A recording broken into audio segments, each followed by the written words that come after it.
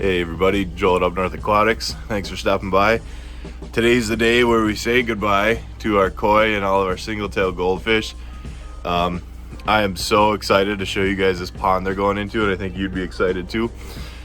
So I guess the main things to know: it's a spring-fed pond.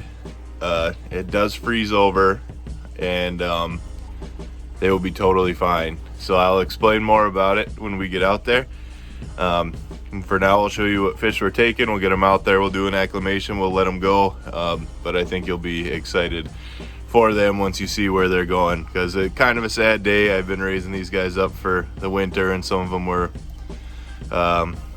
just kind of took in for people that couldn't take care of them or didn't know how big they got. And so I'm a little attached to them, and I think my kids are more attached to them, which is kind of a bummer. But where they're going, definitely the right call. So let's get started. All right, so here's my fancy tail goldfish pond as it was supposed to be, until I took in that giant yellow koi and that giant Sarasa comet. For somebody who was she wasn't at all means like mean or a bad person. She's a great person, but she was sold the wrong fish. She asked for a certain fish, and the person at the pet store said, yeah, this is it. And then she got stuck with fish that couldn't turn around in her tank. So I took those guys on, and then I bought 5 Shabunkin single-tail goldfish to hold for my sister who owns this pond, my sister and brother-in-law, because they wanted to stock it a little bit. And I wanted to get them to a size where they have a better chance of surviving. And they're pushing 5 inches now, and they're really fast, so I'm not too concerned. So let me get them caught out. Time is kind of the essence here for stress. So I'm not going to take the time to film showing every single one of you guys, every single one of these fish out of the water as we're catching them out. I'm just going to catch them out, throw them in their buckets, and then I'll check back in when we're at the pond. We'll acclimate them, and then I'll let you guys get a really good look at them as I'm releasing them and they're already acclimated to their new water. I think might be a little less stressful on them. So I'm gonna go ahead and get that done, and next time you see me, we will be at the pond. Okay guys, I lied. Just wanted to check in because I got the big ones caught out right away. I can't get all the little ones. I only got 2 of them, the Shabunkins. And because of the time constraints, I don't want these guys in the bucket very long. That's all we're gonna take today. And like I said, this is my sister's pond. I'm out there plenty, so when I can catch the other ones, I'll bring those too, and I'll throw it in an update. But just to make it so these guys don't sit in this bucket forever, I'm gonna go now. So I will see you out there. All right, guys.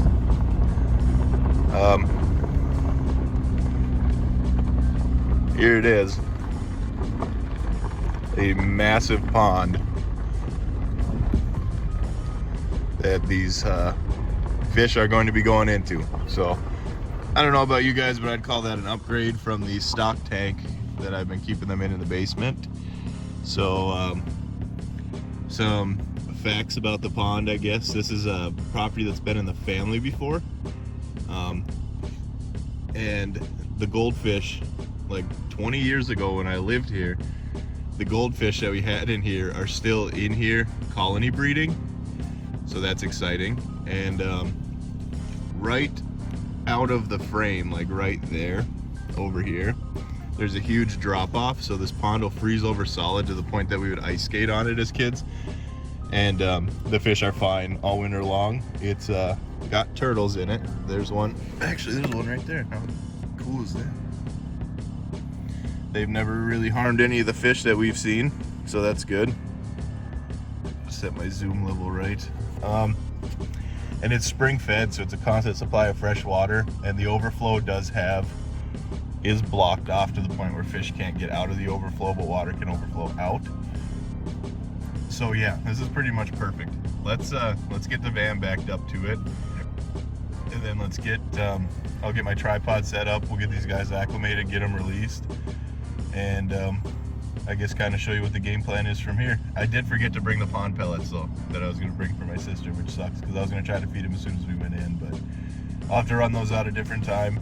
For now, let's just focus on getting these fish in. All right, everybody, so here we are. Fish are ready to be acclimated. And normally, I'll show you here, what I would do to acclimate is just put the bucket right into the pond so that the water in the bucket starts to get up to temp.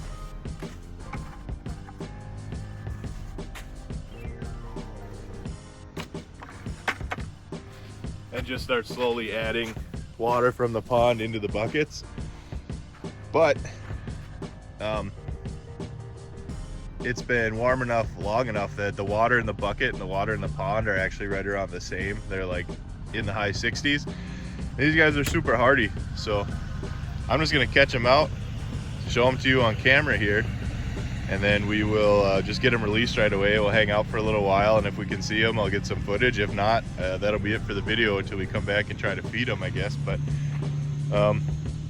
so yeah, I guess we're kind of skipping the acclimation process, but the waters are the same temp, so I'm not gonna make them sit in the bucket longer than they have to. So let's get to releasing some fish here. Okay, let's do our small guys first here. These ones should be pretty easy to, of course I shouldn't have said anything. All right, so what we have here, make sure I got them on camera, just our white shibunkin and our even whiter shibunkin. This one's got a little bit of orange on his top. These guys are smaller. In this setting with constant fresh water, it's not going to take them long to get acclimated. Of course, I'm getting chewed up by mosquitoes as I'm doing this. There they go. They'll probably stay pretty close because I don't think they quite understand yet just how big of a home they have. Oh, there goes one of them.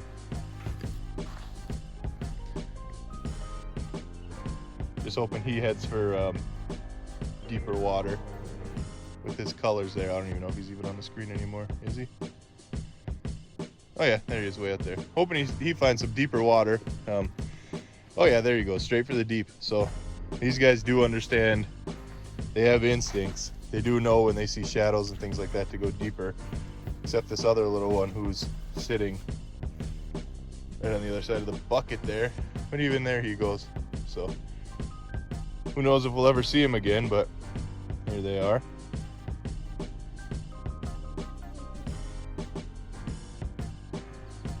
Now for the big guys. I don't want to set this camera up so maybe you don't see me getting them out of the bucket, but you can see them when they swim away.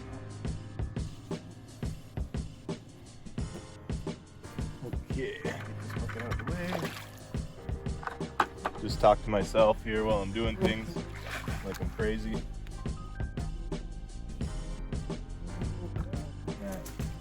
Here, let's see if we can see it on camera. This is our big Sarasa comet. I'm just gonna go ahead and get him released because he's gonna go nuts on me here. Try to do it somewhere where you guys can see it. Nice. Follow him for a little while, see what he does.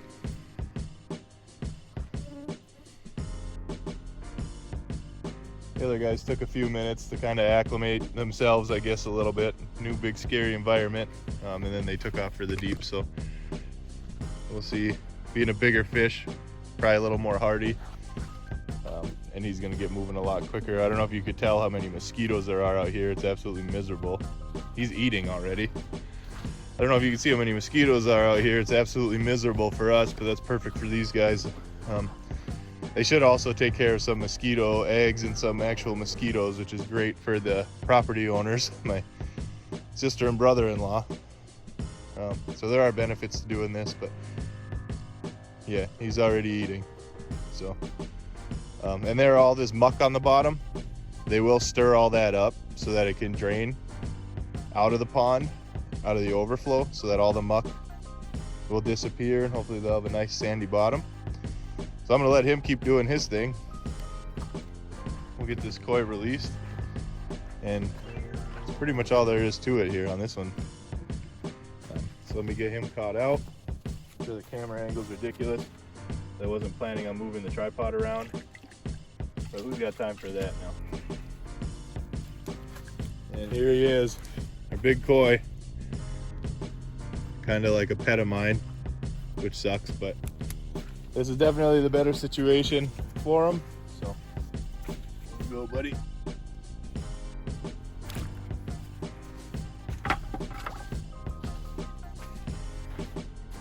Wow, no acclimating with that guy, is there? He's on a mission, so. Guys, I'm getting chewed up by mosquitoes. You can't even see him anymore. He went straight for the drop off, probably to eat. So let's just do a quick once over of the pond, show you again how much space they have. This is where my sister and brother-in-law are gonna take my little nephew out and start throwing pond pellets into the water at the same time every day, just to see if they can't get these fish to like surface. Which I think after a while they might be able to train them to. There's another turtle. It's just his head. Right, where's my finger? There, just a turtle head. Like I said, they've never eaten any fish that we've known them to. And we have had this property in the family for a while, but anything could happen really. I just think the fish we're putting in here are either too big or too fast. So, that'll be it. And before we leave, it looks like everybody's in the deep end. I just want to come over here and check on that Sarasa Comet. Make sure he made his way out there. And it looks like he did. He was over here eating for quite a while, but it looks like he made his way out. The reason I want to see them discover that deep end is because birds are a real threat out here. But with how deep the water is, if they only come up to the dock to eat when there's people out here, the birds won't come when there's people. And if they stay in that deep end the rest of the time, great, perfect. The birds will never even see them anyway. So before I get chewed alive, I'm gonna put all this stuff away and get back to the house. So let me know in the comments if this is the kind of stuff you like, I guess. And thanks for sticking it out to the end of the video. And until next time, thanks for stopping by.